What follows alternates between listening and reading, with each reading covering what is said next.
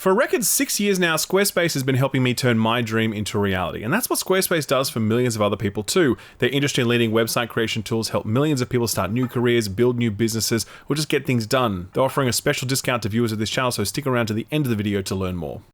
Gamers, we are gathered here today to mourn the passing of physical media. And Xbox too, probably. But those layoffs haven't happened at the time of writing, so let's focus on PlayStation for now. Yesterday, Sony put up what may well go down as their worst blog post ever. Yes, even worse than the one revealing Concord. The headline said it all. Quote, physical disc production ending in January 2028 for new games releasing on PlayStation consoles, end quote. The substance of the post was no more comforting. Quote, as consumer preferences and the broader entertainment industry continue to shift away from physical disc to digital, physical game disc production for all new games releasing on PlayStation consoles will be discontinued starting January 2028. Following this date, new games will be available on PlayStation Store and at retailers in digital formats only. This transition has no impact on games that already released or will be releasing prior to January 2028 in disc format. This is a natural direction for Sony Interactive Entertainment to adapt to consumer trends as a general preference for digital media significantly outpaces physical discs. This transition will enable us to align more closely with how most of our community prefers to access and play games today, end quote.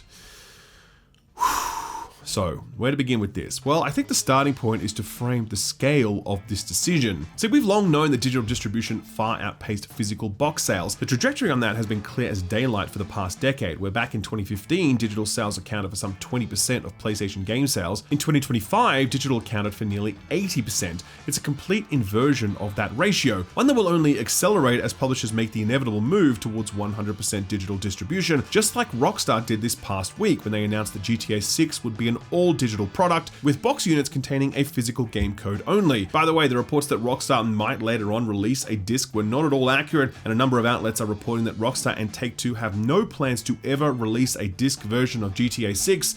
Absolutely no surprises there. Still, buried in those earlier figures is a resilient, determined section of the market who go out of their way to buy games physically. In an era where music is all about Spotify and TV and movies are all about streaming services, a large section of the gaming community have resolutely held their ground, choosing to buy physical discs so they can own forever the thing that they purchased, rather than hold a temporary license to it that can be yanked away at any time. Some may point to the PC landscape, which long ago abandoned physical releases and say, well, PC gaming seems perfectly fine. No one's complaining about physical media and ownership over there, so what's the problem? Well, that's not really a fair comparison for a number of reasons. Firstly, those who do care about physical media would have chosen or been forced to move to console gaming because that was the only place where physical media was still available. Now, that refuge will no longer be there, at least not when it comes to a genuine alternative to the PC, since Nintendo consoles are typically offering a very different sort of experience and catalog of games, and at this point we certainly can't assume that the next Xbox will have a disc drive since Project Helix is basically a PC.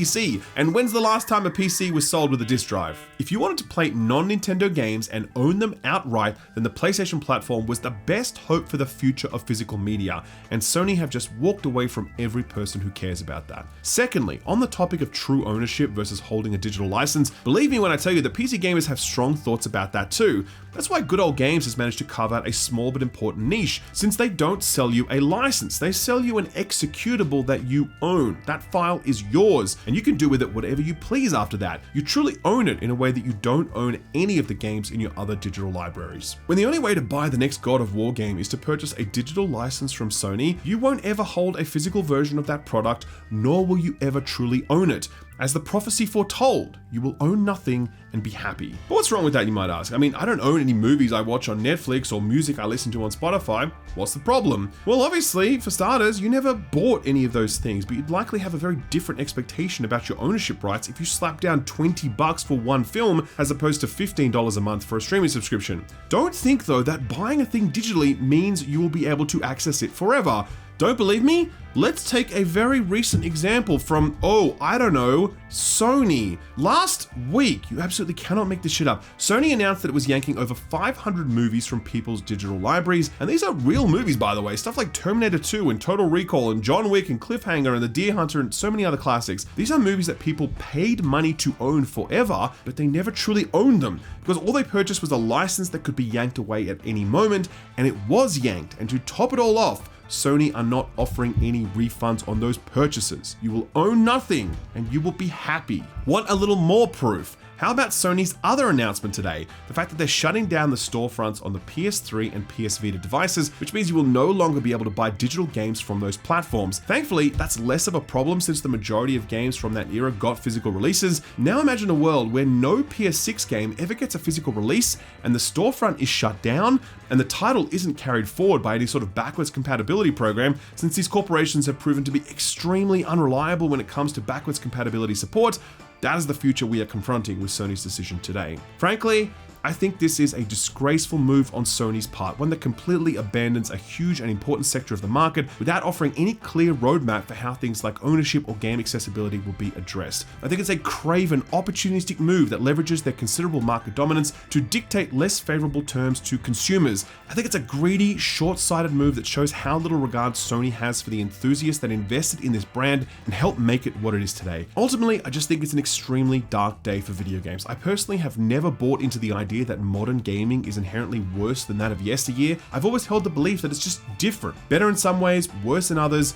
This really does feel like a very clear line of demarcation. An era of physical media and true ownership is drawing to a close, and the short and long-term repercussions of this are ultimately going to be very painful, not only to those that value physical media and true ownership, but also those who benefit from the largesse of that ecosystem, those that buy and sell games secondhand, those that bring games over to their buddies' houses, kids who unwrap games under the tree at Christmas time.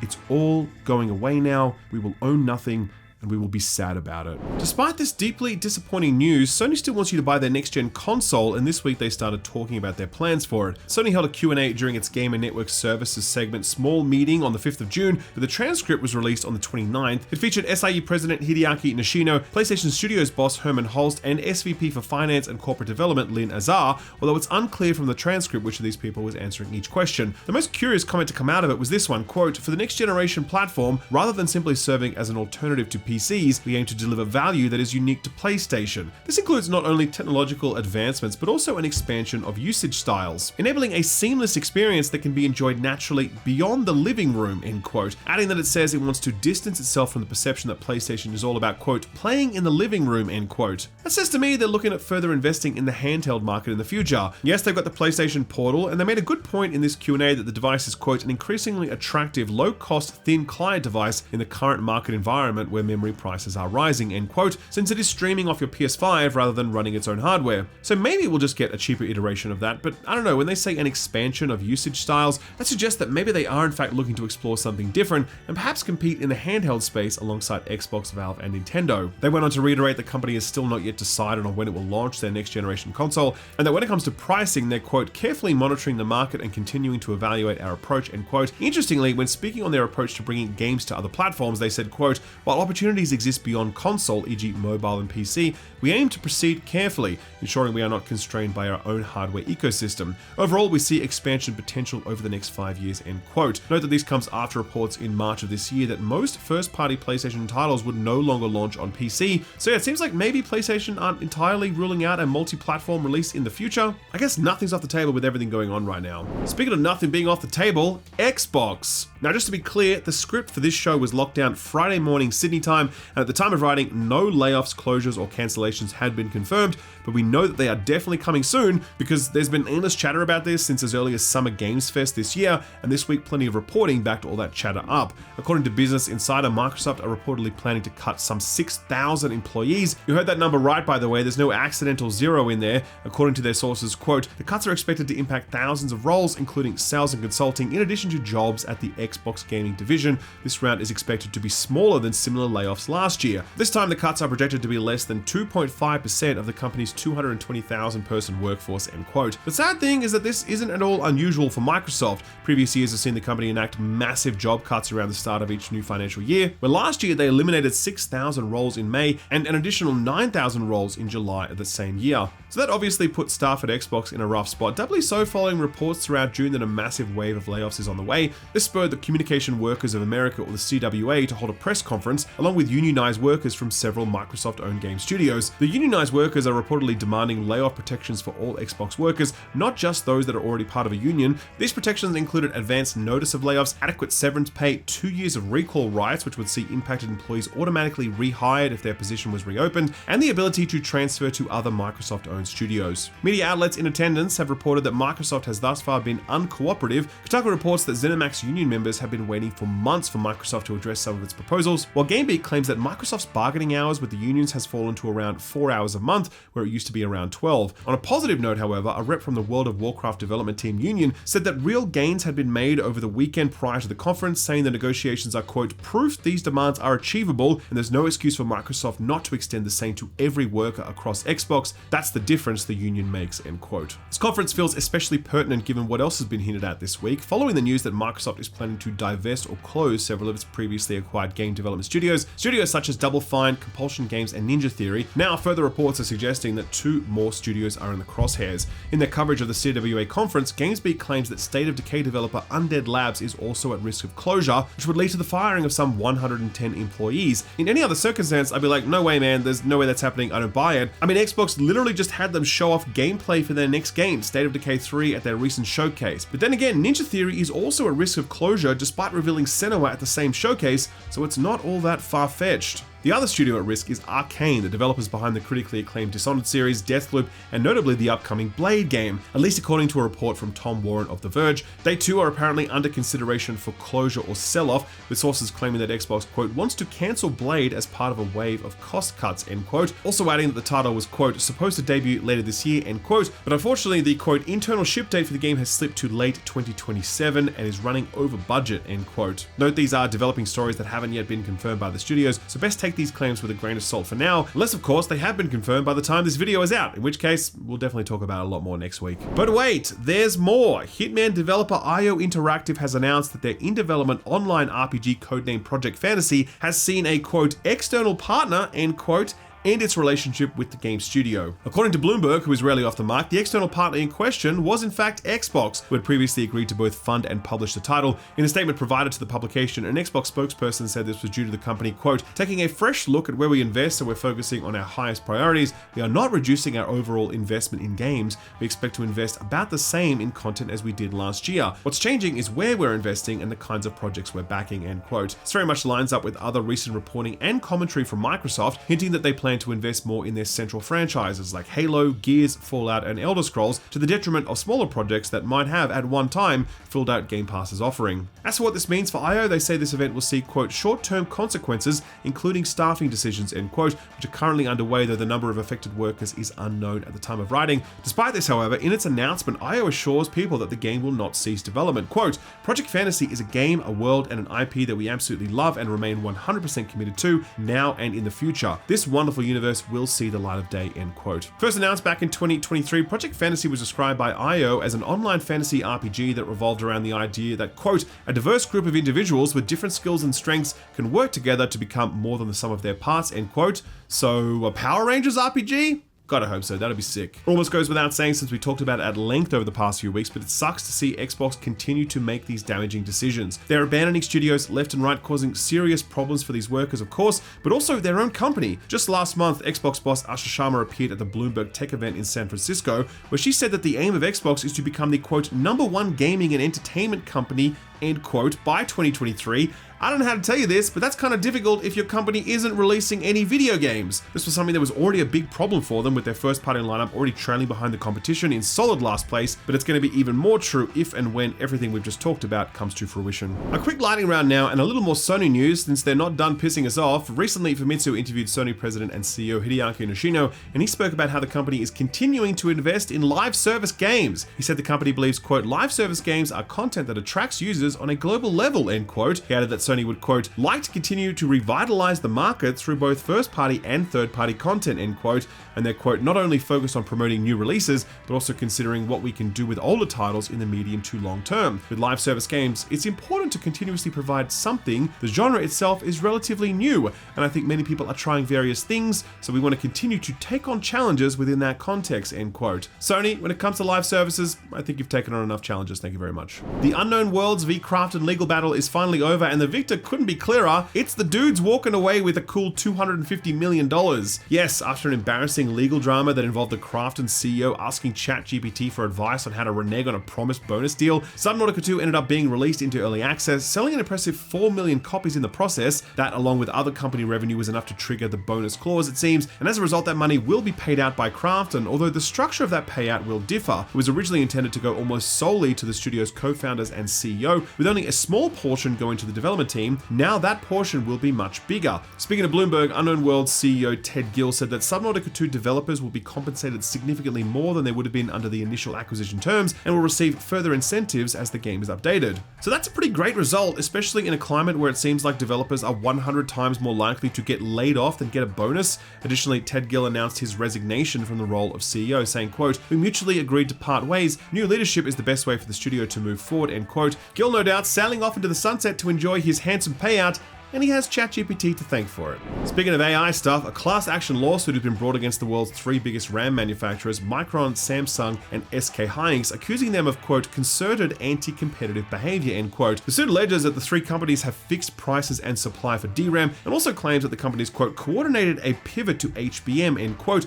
which is the type of RAM more commonly used in AI data centers, while winding down production of DDR3 and DDR4 RAM, which is more commonly used in consumer electronics. The lawsuit goes on to claim the companies have, quote, "otherwise decreased and locked up conventional DRAM supply, while prices charged up with mind-blowing scale and rapidity. Prices continue to rise, and still Samsung, SK Hynix, and Micron continue to squeeze conventional DRAM supply, simultaneously and publicly directing their resources towards less profitable per die HBM," end quote. In other words, they could be making more RAM for consumers, but they just didn't want to, because restricting the supply is making them more money, and it lets them focus on selling this special new RAM to AI companies. All of this is almost certainly true, but is it illegal or grounds for a civil suit?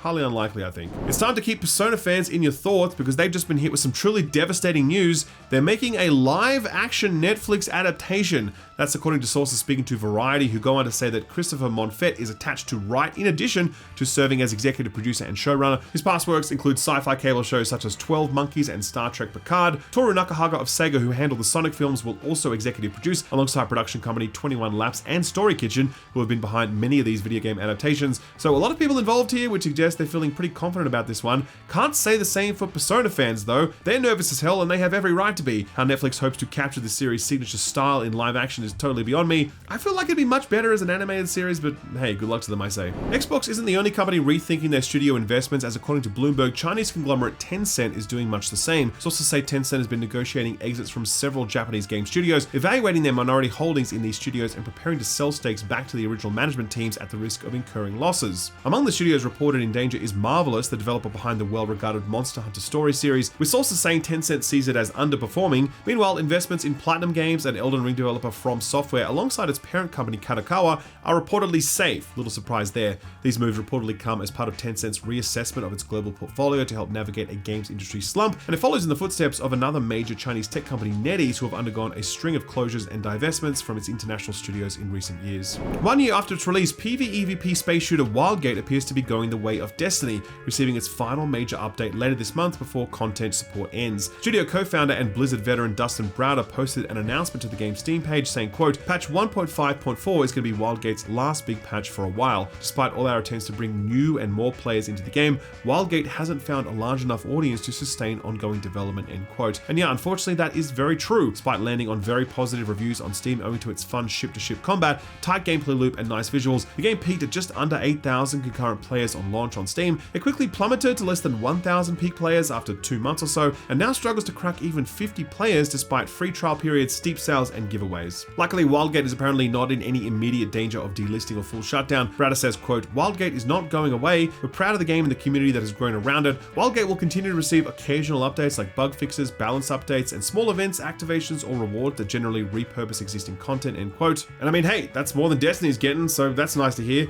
Further, Browder suggests this decision won't result in any immediate layoffs, saying, quote, "Everyone at Moonshot will be focused on R&D projects, which we're excited about, but we can't talk about yet," end quote. Though it is worth noting that they've already downscaled their team in January of this year in response to Wildgate's performance. While their debut project didn't pan out as well as they might have hoped owing to the increasingly competitive PvP market, it's clear this is a very talented team, and I'm very keen to check out what they work on next. Game developers in France have gone on strike in an attempt to save the upcoming narrative adventure title Star Wars Eclipse from Quantic Dream. On June 22nd, a French union called for a national strike across the French video games industry. The strike action was in support of Quantic Dream workers at risk of being laid off due to the expected shutdown of their MOBA Spellcaster Chronicles, a motion that workers say would imperil the development of Star Wars Eclipse. A picket line was held outside of Quantic Dream's Paris office on the 25th of June, which coincided with a visit from Lucasfilm to review progress on Star Wars Eclipse. French outlet Game Cult were on the scene, where one Eclipse developer said, quote, "We could manage to release it with 115 additional people, and that wouldn't be overstaffed. It's what's needed. We're understaffed, like in many other companies in the sector, because bosses know very well that passion will lead people to crunch time and that games will eventually be released. But it's impossible to run a sustainable industry like that," end quote. Another striking worker added that, quote, "We believe that as things stand, the game literally cannot be finished if the redundancy plan is implemented as currently scheduled," end quote. And yes, sadly, it's not at all surprising that the studio has found themselves in this situation. Spellcasters Chronicles was one of the worst, most head-scratching bets I have ever seen, and a gross misallocation of resources. Given its closure, I can see why the studio would consider letting go of that team, but at the same time, it's clear that Eclipse needs all the help that it can get. Given that Eclipse is the only project this studio has got left, I think it'd be very wise of Quantic Dream's leadership to heed the words of their workers, lest they find themselves with yet another binned project. So what got announced or delayed this week? Well, annual fighting game tournament EVO happened this past weekend. With it comes a modest handful of fighting game announcements. And when we're talking about fighting game announcements, there's really just two categories: new games or new characters for existing games. In terms of new games, there was just one. It's an old game made new again. SNK are the ones bringing this one to light. It's called The Path of the Warrior Art of Fighting 3R, a remake of the retro fighting game from 1992. They're giving this one a big rebalancing sweep and modern netcode, and adding two new characters to the game too. They're both series staples and fan favorites, and they didn't exist in the original, so that's something. In terms of characters being added to games, Tekken brought back an old favorite in Bob. Fatal Fury City of the Wolves launched crossover character Kenishiro from Fist of the North Star. Lux and Samira were announced for 2XKO. Virtual Fighter Crossroads introduced a mysterious new fighter, and Invincible Versus and Avatar Legends, the fighting game, added several new characters from their respective shows. The biggest roster reveal of note, though, was Marvel Tokon, the next one from Arc Systems Works, made in collaboration with PlayStation. They rounded out their launch roster by announcing new characters Blade, Deadpool, and Loki, who will form a team with the pre-existing Ghost Rider. People are very hyped for Blade. Loki looks low-key interesting, and Deadpool, of course, has a lot of very good fighting references built into his moveset, like Mortal Kombat's Toasty, and they announced an open beta from the 24th to the 20th, oh my god, I've lost it, 24th to 26th of July on both PS5 and PC. Keep it in, Stu, we're going to keep rolling. On our team, Ed has spent the most time with the past closed betas of Tokon, and has also got to spend over an hour with the new Evo build of the game. It didn't feature the just announced characters, but still had over half the roster playable, which is way more than the betas before it. Long story short, fighting games from Arc Systems Works have always had the juice as far as the fighting game community was concerned, and it was very clear early on that Tokon had the same magic, only tweaked in various ways to be more readable, a little more approachable, and with the brand power of the Marvel Universe to give it that extra edge. This hasn't changed here. There are some really inspired picks among the new characters that add interesting variety, and it's still very Moorish even at this early stage. No doubt he'll be playing lots more of this one, so do expect more conclusive thoughts after the open beta and when Tokon lands on August 6th. A little while ago though, Arc Systems Works announced they wouldn't just be zeroing in on fighting games, and the studio would be experimenting with smaller genre projects outside their comfort zone to give their younger developers some experience leading projects. The latest one to come out of that initiative is a game called Clefar in Providence Shadows, and in case you couldn't guess from the title, it's a JRPG set in a post-apocalyptic demonic Tokyo. There's an emphasis on the battle system, which is trying out a turn-based tactical combo thing from what we can tell, and this is also releasing on the 24th of September for PC, Switch, and PS5. And lastly, here's a new game announcement from a new Cyprus-based studio called Eschatology. Called Guns of Eschaton, it's a first-person supernatural western game that's attempting to mix Souls-like ideas and precision shooters. Notably, the late Victor Anatol, best known as the visual designer behind Half-Life 2 and Dishonored, worked on this one before he died in 2025, which you can definitely see by looking at some of these environments. Definitely an intriguing project, but no release date for this one just yet. It's planned for PC, PS5, and Xbox Series consoles. Alright, so what came out last week? Well, it was a quiet week, so really only two titles to talk about here: Impulse and Rhythm Heaven Paradise. Let's start with Impulse, which is the new one from Splitgate developer 1047, and it looks to be the spiritual successor to Titanfall multiplayer we always wanted Respawn to make, but will probably never happen in any kind of official capacity unless a Saudi prince suddenly picks up Titanfall 2 on a whim and is like, damn, this is sick, make me a sequel. So did these guys make FPS great again this time?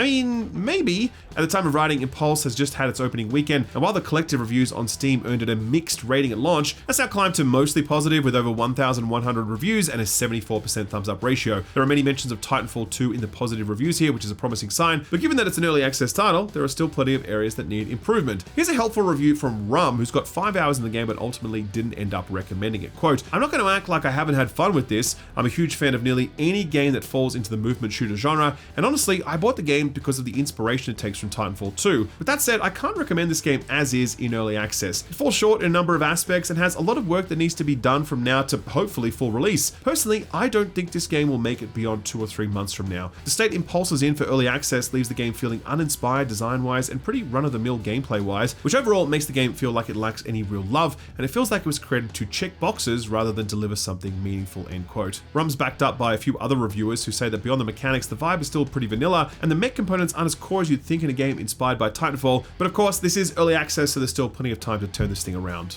Still, maybe not too much time. This is a multiplayer game, so player counts matter. On Steam, it launched to a peak concurrent player count of around 2,700 people, and has more or less maintained steady ever since, which is kind of okay, but it doesn't really inspire a lot of confidence. Do note, of course, this has also released on Xbox. The PlayStation release was delayed, and it is a premium price game rather than being a free-to-play one. Moving on to a game that came out last week now, and that was Nintendo's Rhythm Heaven Groove, the cult favorite WarioWare-like rhythm minigame series that returns after over 10 years of absence. Over on OpenCritic, it's landed at a strong 84 at the time of writing. We turn now to Ed on our team, who has been a big fan of this one-button series since back when it was a Japan-only GBA game. Here he is with his brief review of this latest entry. Take it away, Ed. Some of the best Nintendo games are the ones that can make you laugh or cheer out loud with pure joy, but they aren't afraid to kick your ass as well. Rhythm Heaven does this, Groove continues to do this, and it rules. But here's the thing, it has a bit of a bland start. The difficulty is a cakewalk, it's paced a little too leisurely, and it kind of pulls its punches in terms of the outrageous charm and comedy the series is known for. This is coming from a Rhythm Heaven sicko though, so you can probably chalk this up to being the first new game in over a decade, and Nintendo likely wanting to better on-ramp a broader audience. Of course, you eventually discover that Nintendo is doing that thing it sometimes does. It holds your hand until the credits roll, and then some, before saying, "Okay, now for the real game." I think most of you out there would be very surprised to hear that this seemingly simple game has a surprisingly long and detailed list of things we've been requested not to mention or show. But needless to say, there is an absolute buffet of rhythm minigames, score attack challenges, and many other things to feast on here. It's also very much worth pointing to the dozens of excellent local multiplayer minigames here as well, both co-op and competitive, which had my groups screaming in laughter. Rhythm game lovers are being well served with Groove, at least eventually, but more than that, this game is Nintendo showing that it still has a personality and a sense of humor, so it's a strong recommendation from me. Okay, so what's coming out this week? Well, we're getting into the second half of the release year now, and it's slowly beginning to pick up again, with a couple of big ones worth keeping an eye on, one of which may or may not be responsible for Ubisoft's fortunes this fiscal year. We'll start with a piece of DLC, however, albeit a pretty notable one, Doom the Dark Ages Revelations, which was only recently revealed at Summer Games Fest. This is an expansion to the game that added a heavy metal medieval twist to the new age boomer shooter, and it consists of a campaign expansion that weirdly seems to have a big focus on story. It's also bringing with it a lot of new enemies, a new chain spear weapon that's looking to mix up the combat flow on top of new maps and locations. Apparently this expansion is like 10 plus hours long as well, making it its largest piece of expansion content ever. Tuesday, 7th of July is when it comes out for PC, PS5, and Xbox Series consoles. For something that is virtually the exact opposite of that vibe, also coming out on Tuesday the 7th of July is a game called Moonlight Peaks. This is a life simulator that dares to ask the question, hey, has anyone made one of these games but with vampires yet? So basically, the gist is that the game has potion making and spell casting elements on top of the usual farming stuff, and the characters you'll interact with are werewolves and witches and the like. It's also always nighttime for some reason. PC plus Switch 1 and 2 for this one. Don't like vampires or werewolves? How about another class of mythical creature? Pirates! Yes, next Thursday, July 9th, Ubisoft's next big bet drops in the form of Assassin's Creed Black Flag Resynced, because what better way to turn your ailing publisher around than by looking back to the golden era of your business and simply recreating your most coveted title, eh? Jokes aside though, having already previewed what is my personal favorite AC game of all time, it seems like the folks at Ubisoft Singapore have actually done a really superb job in refreshing this one and bringing out some of its best aspects. I'm currently attempting to take a holiday and clearly not doing a very good job of it because I'm still doing this week's show, so we're actually getting Austin, who has never played this game before, to take a look at this one and review it with fresh eyes. Expect his review on the channel sometime next week, and expect the game to drop on PC, PS5, and Xbox Series consoles on July 9th. There are a few other game releases on July 9th alongside AC, of course. For example, EA Sports College Football 27, EA's latest cash cow. I really don't have much to say about this one, but I hear that sports games fans are actually pretty happy with the series and the way it's made a comeback after all those years on the bench. Wonder how they're feeling 3 annualized games in, though. For those of you who joined the anime club instead of the football club in college, there's also a couple of games coming out for you on Thursday as well. The first is Grand Blue Fantasy Relink Endless Ragnarok, which is an expanded version of the action RPG spin-off that first came out back in 2024. This paid update adds more story quests in both solo and multiplayer modes, and it also coincides with a Switch 2 release of the game. It's also on PC, PS5, and PS4. No anime for Xbox, as is tradition. Okay, maybe some anime for Xbox, because this week, the last release of the week is a new action anime RPG from Bandai Namco and a developer called Game Studio Incorporated,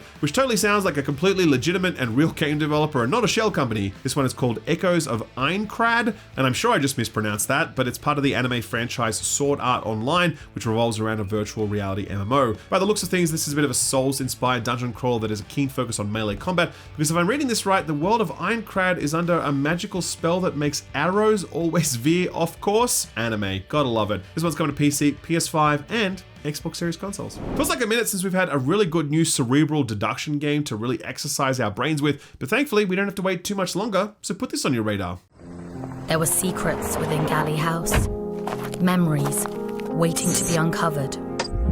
This one is called Incident at Galley House, and it's the next title from Evil Trout, the studio that put out the family tree-themed mystery deduction game The Root Trees Are Dead at the beginning of 2025, which whipped up a bit of a whirlwind during a quiet period of the year and made more than a few Game of the Year lists as well. The shtick for Galley House involves you solving an old lock room murder mystery in a 1930s manner where 11 bodies have been found to have died under bizarre circumstances. How do you do this, you ask? By coming back to it decades later with a weird and cumbersome sci-fi machine that lets you tune into residual echoes of the past and unscramble audio recordings of what happened, so long as you can pinpoint the exact location, time, and people involved, of course. Seems like a lot, but like the best of this genre, when you get that snowball rolling, it can be really hard to stop. This is actually a full-blown remake of another deduction game called Type Help, which you can find on itch.io and play for free right now, but that original game was completely text-based and worked kind of like using an old operating system. Galley House has a few new surprises and expanded lore, and of course adds actual art and visuals, full voice acting, music, and a new interface. Ed on our team has actually played through both the original game and the new one,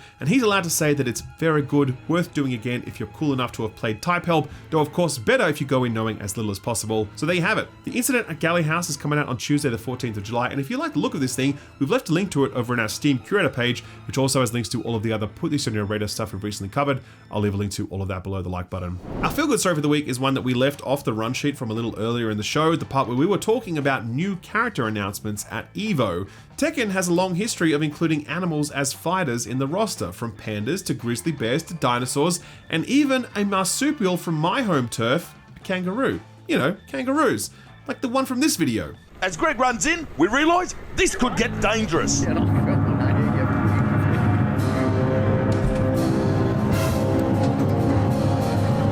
Let it go, dogs, let's go. I'll give you 3 guesses how Bandai Namco revealed Roger the Kangaroo this time around, but you'll only need one.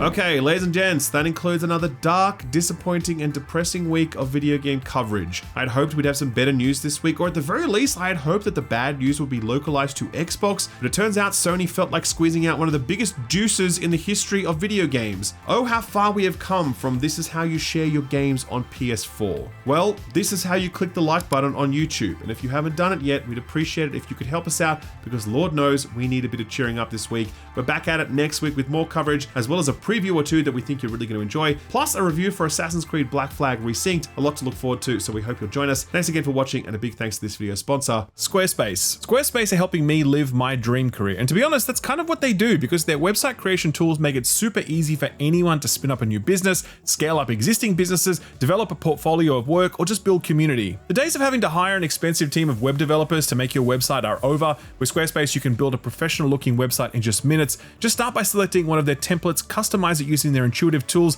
and then begin uploading your content, be it published articles, the inventory of stuff you're selling, your art portfolio, whatever. Squarespace websites all support e-commerce, making it easy to begin doing business, either by selling products or by organizing appointments if you're providing a service. They also support multiple payment solutions, as well as detailed analytics so you can see how customers are finding you and what they're doing when they spend time on your site. They're also ready for this next AI-enabled era, with AI-powered tools that make website design and copywriting even easier, and their SEO tools have been refreshed to ensure that your site appears in AI-powered searches and chatbot responses. There's so much more that Squarespace offers, so if you'd like to check it out for yourself, you can visit squarespace.com to try it for free. And if you want to get serious, visit squarespace.com/skillup to get 10% off your purchase of a website or a domain name. A big thanks to Squarespace for their 7 years of support, and a big thanks to you for watching this video.